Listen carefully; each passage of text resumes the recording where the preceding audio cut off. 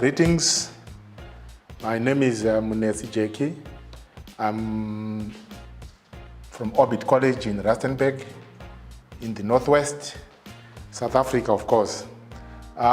Today I'm going to present a lesson in one of the most critical subjects that is having everyone grow goosebumps. It's internet security. So as we know that the economy nowadays, it's based very much on the internet. Every business which is not on the internet is really getting behind. So all sectors of the economy, we can say the economy is the internet is the backbone of our economy, of our modern economy. Trillions of dollars, trillions of transactions are done every day. But the subject of internet security is so big and so important and so complicated that we are not going to finish it in this presentation.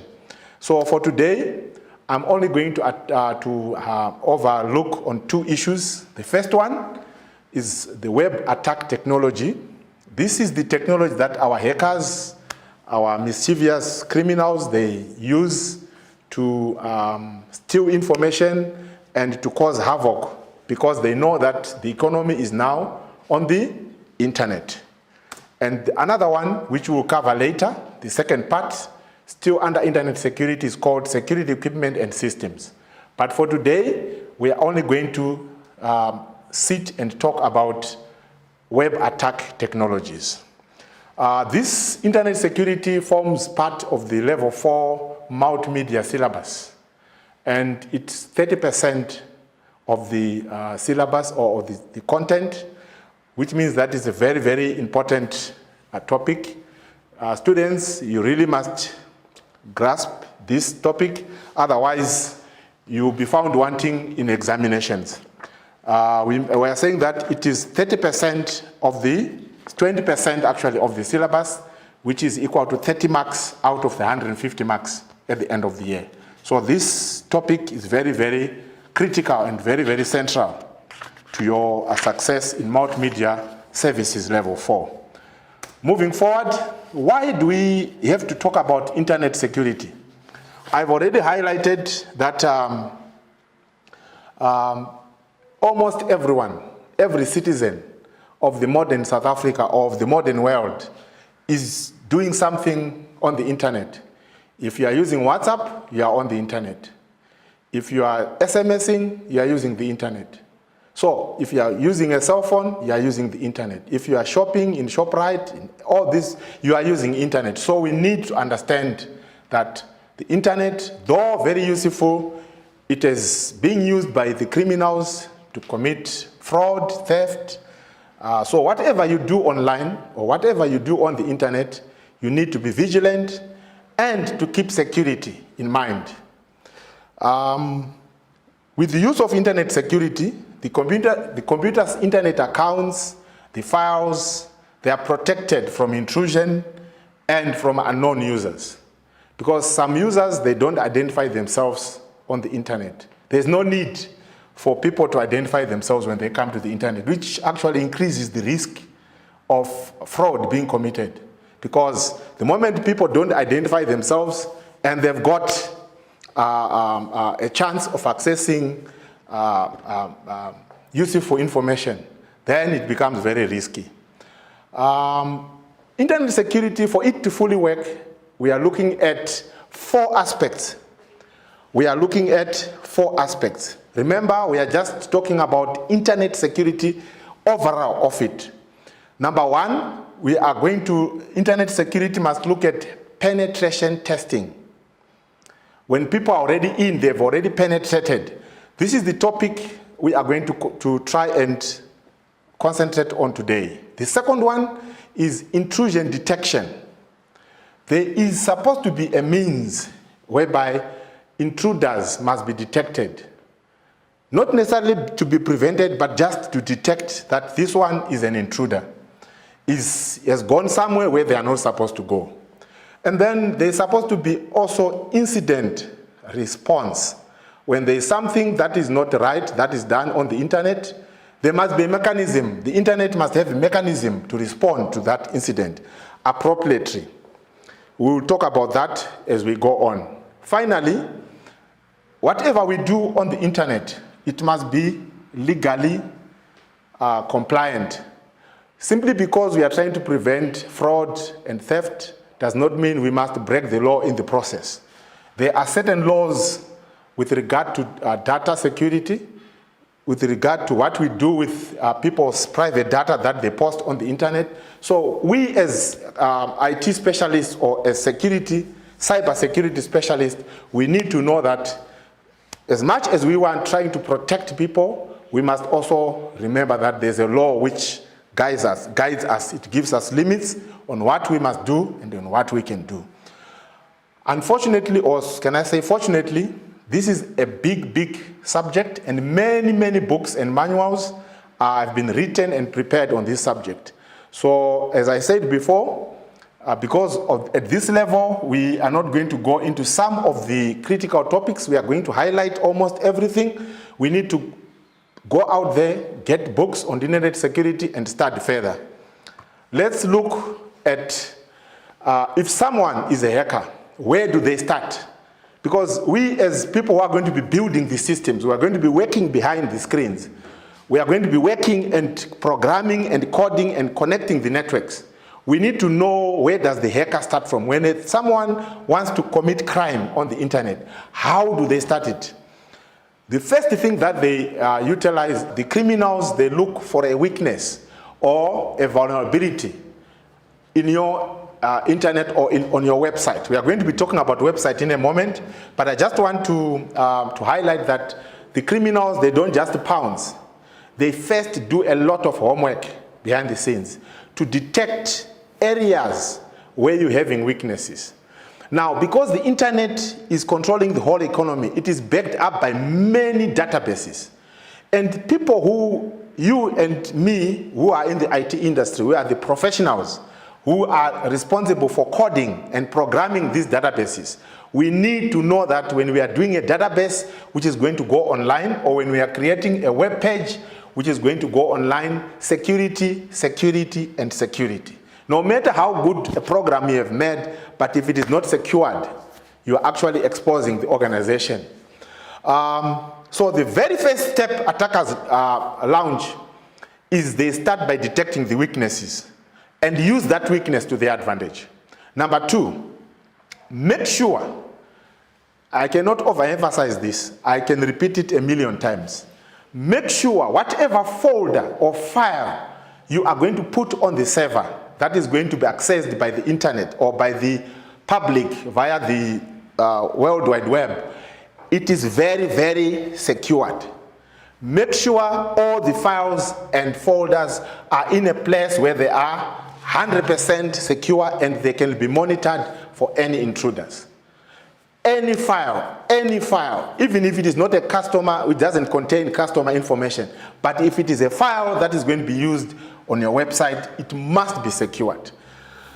Applications that are going to run on that server, any application, utility, software, the major softwares that are going to run your website, the auxiliary utilities, they must be secured. Because remember, the hacker has got all the time. And these hackers are not just ordinary, they are very highly trained, educated, and they can tweak around and program around their way to try and steal information. In this lesson, I'm going to take a narrow look and I'm going to concentrate on website attacks. How do our criminals, I'm going to identify them in a moment, how do they attack the website? In future applications, we are going to, in future lessons, we are going to talk about intrusion detection, prevention, firewalls, viruses, and all the other stuff. But for today, I'm going to look at a website which is up and running. How does a criminal, or as we are going to call them, a cyber criminal, we are going to define them in a moment, how do they gain access to that? And how can we prevent? How can we prevent? So website attacks. Let me repeat again. Website attacks are caused by poor website design and coding. The person who is sitting there coding and designing a website is the person who is responsible for making sure that when this website goes online, it has got security features built into it. So web attacks are caused by poor website design and coding. Your HTML coding, your CSS, your JavaScript, all the coding, your PHP, your Java, all the coding that you do for a website, they must be properly done, no shortcuts. Let me define this, what is called a cybercrime. It is a crime which is committed by the help of computers and networks. We have got a lot of Wi-Fi networks going around. We have got a lot of Bluetooth going around. Criminals, they know how to crack into those networks. So cybercrime is a crime specifically committed using computers and the very networks that we build. It includes hacking, phishing, and spamming. These types of crimes are committed by people called cyber criminals. They are people who wake up every day, they have been trained, they have gone to universities, they have got master's degrees, they have got doctorates in computers, but they don't want to work, they just want to commit crime. Because according to them, with their mindset, crime is beneficial to them. Because we, the people who build websites, we do so many small errors that they can utilize them and they get away with it. Cybersecurity, I'm just highlighting some of the words that are used, is a practice of protecting systems, networks, and programs from digital attacks. This is the best industry so far in IT. It's a growing industry. It was not there maybe 10 or 15 years ago, but now every company has realized that they need to secure their cyberspace. They need security when they go online.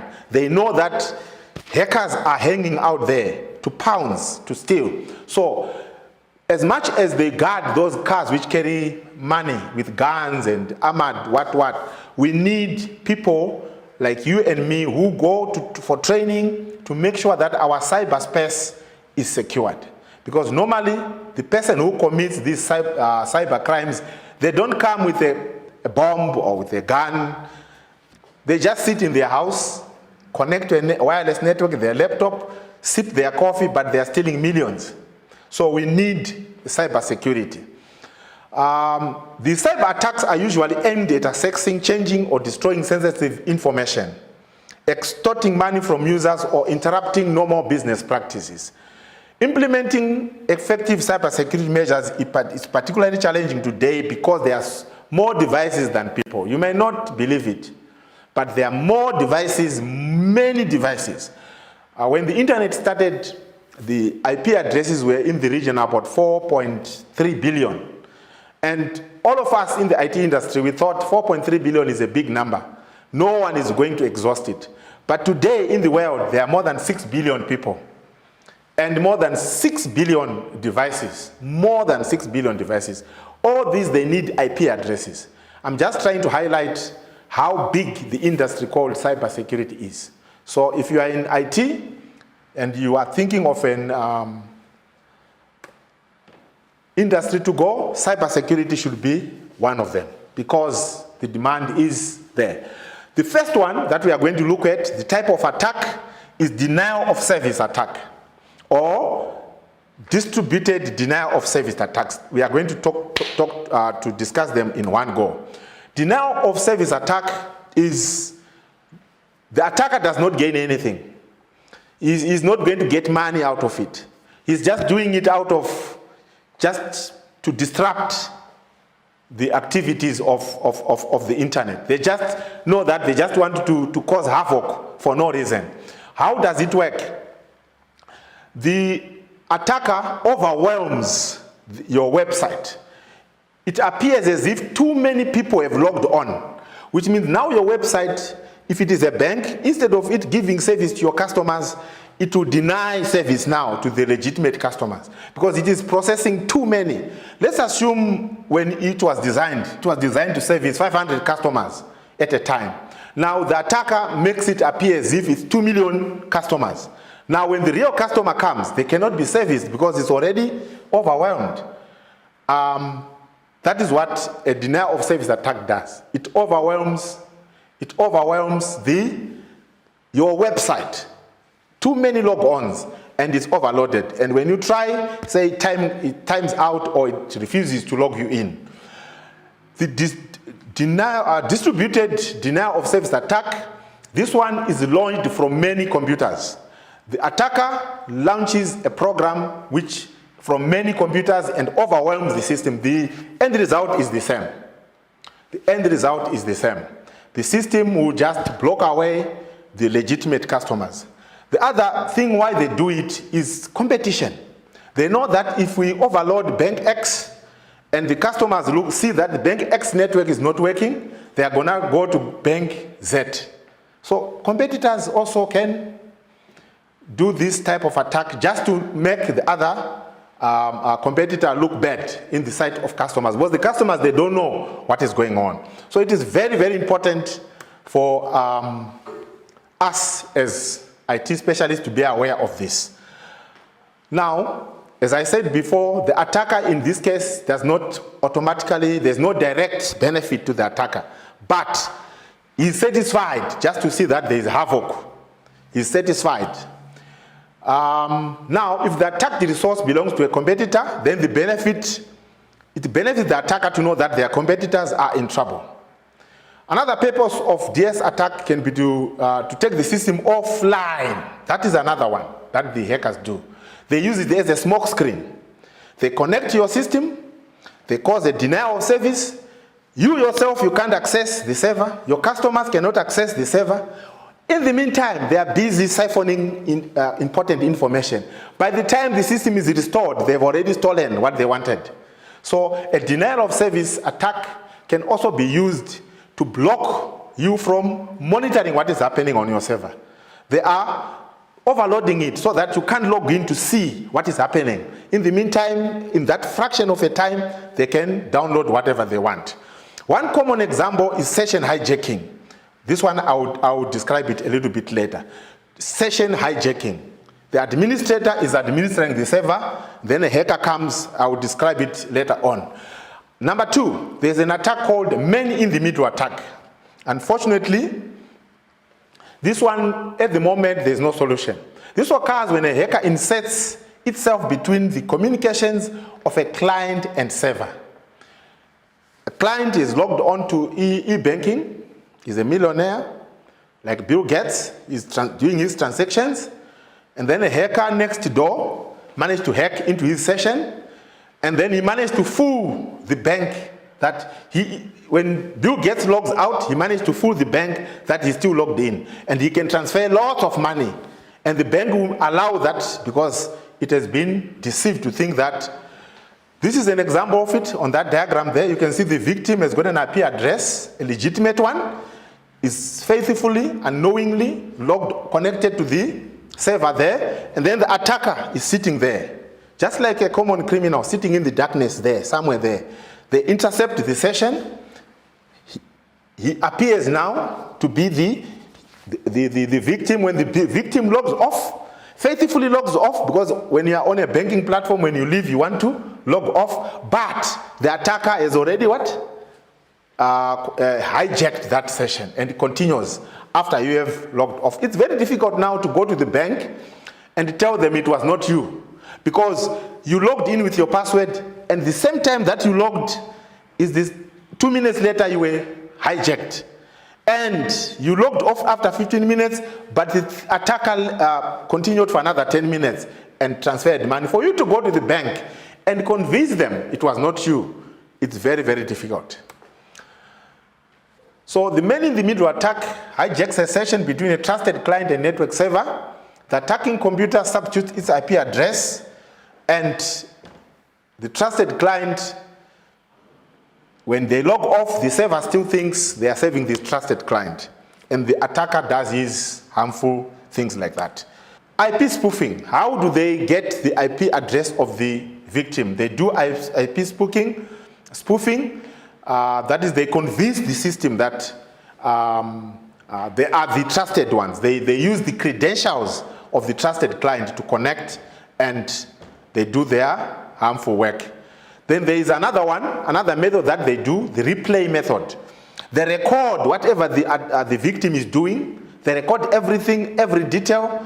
When the client is logged off, they use exactly the same information to trick the server to give them service. It's a replay. They're just replaying what this legitimate user was doing. They have managed to record everything from the username, passwords, everything.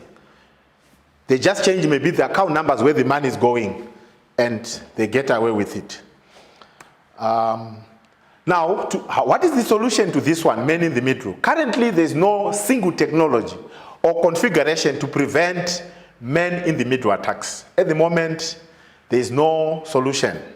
There's no solution, so to say. There's still men in the middle who still continue to cause problems.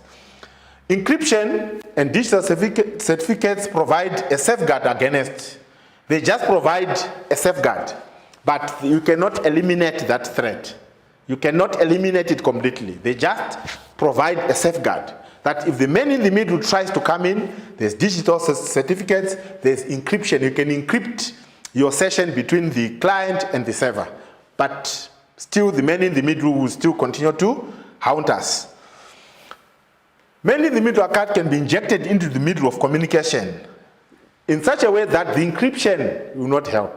So even if there is encryption, it does not mean that it's 100% safe, because this type of attack, the encryption might not help, because our learned criminal might still find a way to go around it. Then the last one for today, I'm going to talk about phishing and spear phishing attacks. Phishing, just like in the real life fishing, where you put a bait on your hook, you throw it in the water, the fish see it, they think that, here comes food, they eat and they are caught. It's the same thing like what they do when they are fishing. They send you an email with very juicy information, very inviting, and it's looking like it's coming from people you know. It's coming from your manager, it's coming from your bank, it's coming from your mother, it's coming from your husband or your wife or someone or your friend, and it's inviting. By the time you click on it, there's an attachment on that email, it downloads on your computer, and it begins to cause havoc. So that email also can lead you to an illegitimate website. Let's say it's from a bank. They know that you're a millionaire and you bank with ABSA. They just clone the ABSA website, but behind it, the URL, they put their own code, so that when you click on it, you are clicking thinking you're going to the ABSA bank, and it looks like ABSA, but in the background, you are going to their website. Once you connect to their website, they download all your personal information, which they can later use to siphon money from your bank. So this one, a phishing attack, is a very, very dangerous attack. This, nowadays, because of social media, it also combines social engineering and technical trickery. It could involve an attachment to an email that loads malware onto your computer. So your email comes legitimate from the bank, like every month you receive your statement from the bank, and unknowing to you, maybe they send it just a day earlier before the actual one comes. 2 days earlier, they send you the phishing email. You are thinking, normally it's now month end, the bank is sending me a statement, you click on it, there you are. You are in trouble. It could also be a link to an illegitimate website that can trick you into download malware or handing over personal information.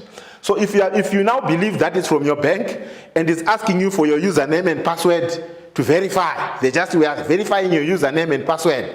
Most of us, the ordinary user, will say, let me confirm that it's me. They are just doing a routine check, not knowing that it's a phishing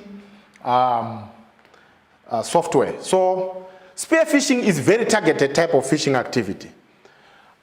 Attackers take time to conduct research. Criminals, cyber security criminals, have got time in their hand. They've got the skill, they're intelligent, and they've got time. And normally they are not suspected. So they've got all the time to study their victims. And they know you, they know you. Now, after they've studied you, they can create messages that are personal and relevant to you. They know that you applied for a loan because they've been watching you, studying you. You applied for a loan online. And then they can fake a response to you. They know that you need that loan. And from there, you will not suspect that you are being fished. So, because of this, spear phishing can be very hard to identify and even harder to defend against. It's very hard to defend against spear phishing. One of the simplest ways a hacker can conduct a spear phishing attack is email spoofing, which is when the information in the from section of the email is falsified. They just go to your email, from email, they falsify it. When you say reply, you are replying to a fraudster. So, another technique they use is to add credit, is to do what is called website cloning, to add credibility. If you are a student, you want to register and they want your personal information, they just clone your college's website.